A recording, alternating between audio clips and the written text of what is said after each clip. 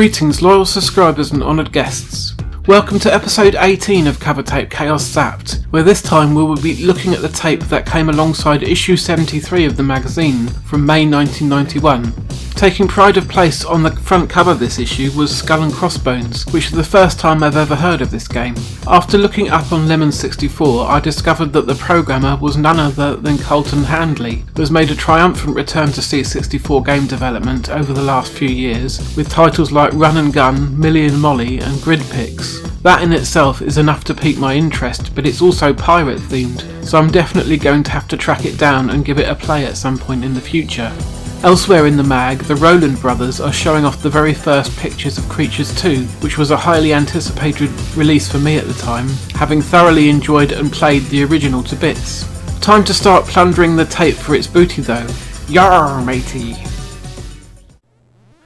I found myself with a bit of free time on my hands earlier in the week, so I decided to fire up the games for this episode and practice for a bit without capturing any footage, just to try and get a feel for what they're all about. When I loaded our first full game, Quake Minus One however, I was presented with a screen filled to the brim with icons, dials and other doodads, and had absolutely no idea what I was looking at. So I decided to head over to YouTube to see if anyone else had played it and could explain what was going on. I only found one video about the game and there was no voiceover, so it didn't really tell me very much. It was still hard to glean what to do just from watching the gameplay. So then I looked up the review in Zzapped, which contained a lot of information. It gave me more of an idea of what you're supposed to be doing, but not exactly how to go about doing it. Finally, I found the tape pages provided inside issue 73, which were fairly helpful but contained a ton of information, and it was all too much for my aging brain to retain at the same time. The gist of the game is that at some point in the future, terrorists have taken control of 5 AI-controlled installations across the globe and used their mobile units to move around a system of rails to deploy weapons which will trigger a massive earthquake and kill a huge amount of the population. You have managed to regain control of one of the AI called Hermes and are tasked with fighting back against the 4 remaining AI with your own mobile units in order to prevent mass slaughter and chaos. You do so by navigating around the rail network, either using arrow icons or on the screen or by switching to the map view and selecting which node to go to.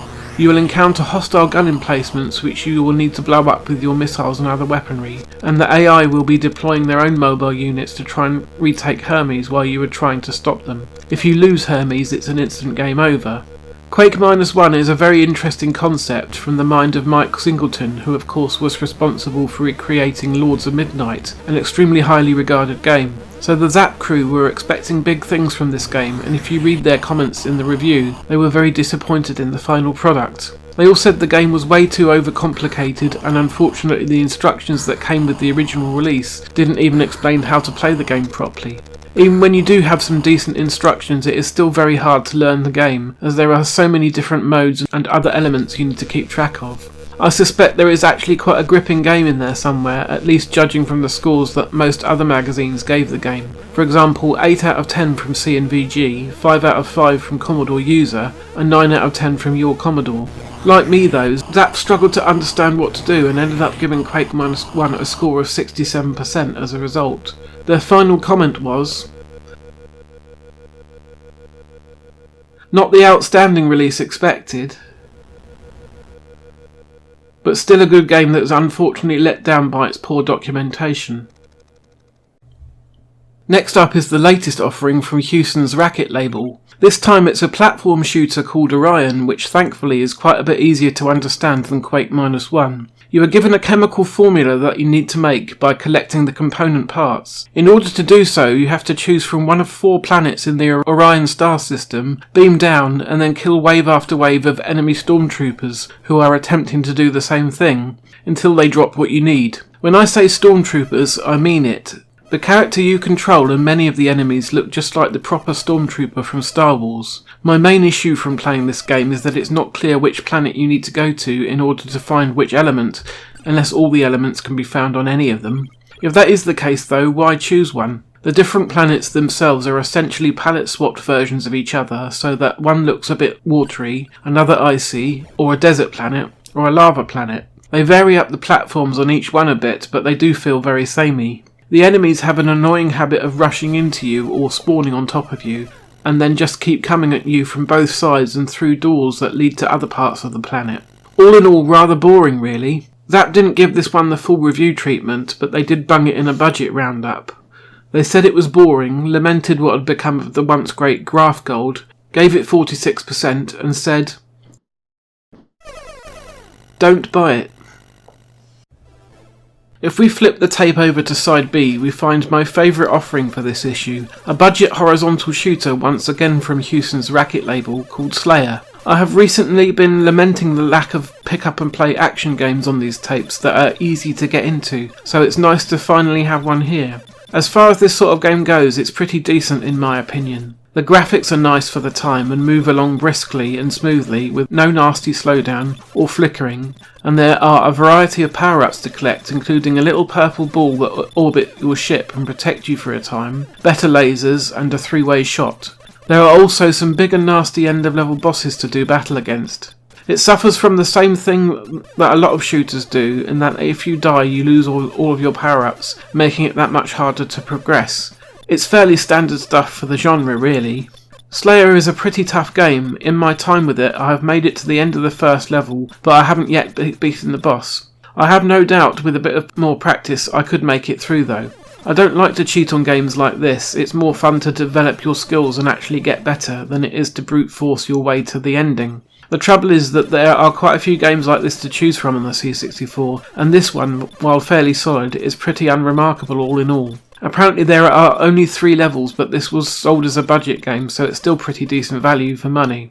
All 3 of the Zzapped reviewers were impressed with Slayer, comparing it favourably to Armalite and loving the budget price of $2.99. Indeed, if I had spent that little on a game this good back then, I would have been well chuffed. They gave Slayer an overall score of 90% and concluded by saying, "A brilliant budget version of the best of recent full-price shoot-'em-ups."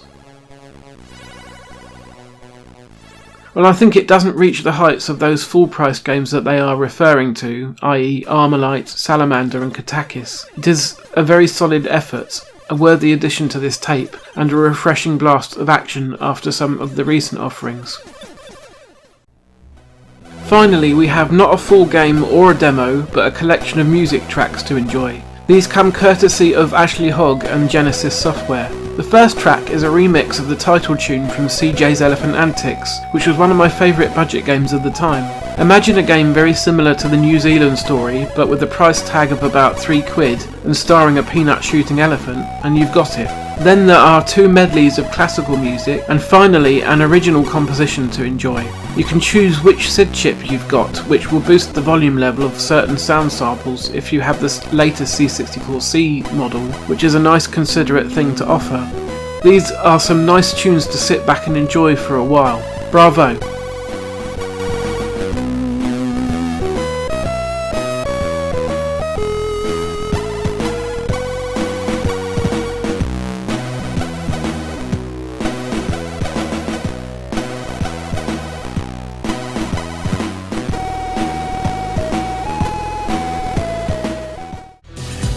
So there you have it, another tape in the bag. Slayer is the standout title this time around, although I do think Quake Minus One could be quite good, if only it were more accessible. Is there anyone watching who actually understands how to play Quake Minus One and really likes it? Perhaps you can let me know. Otherwise, it is time for me to depart once again, so I'll see you again for episode 19 in 2 weeks' time. In the meantime, take care.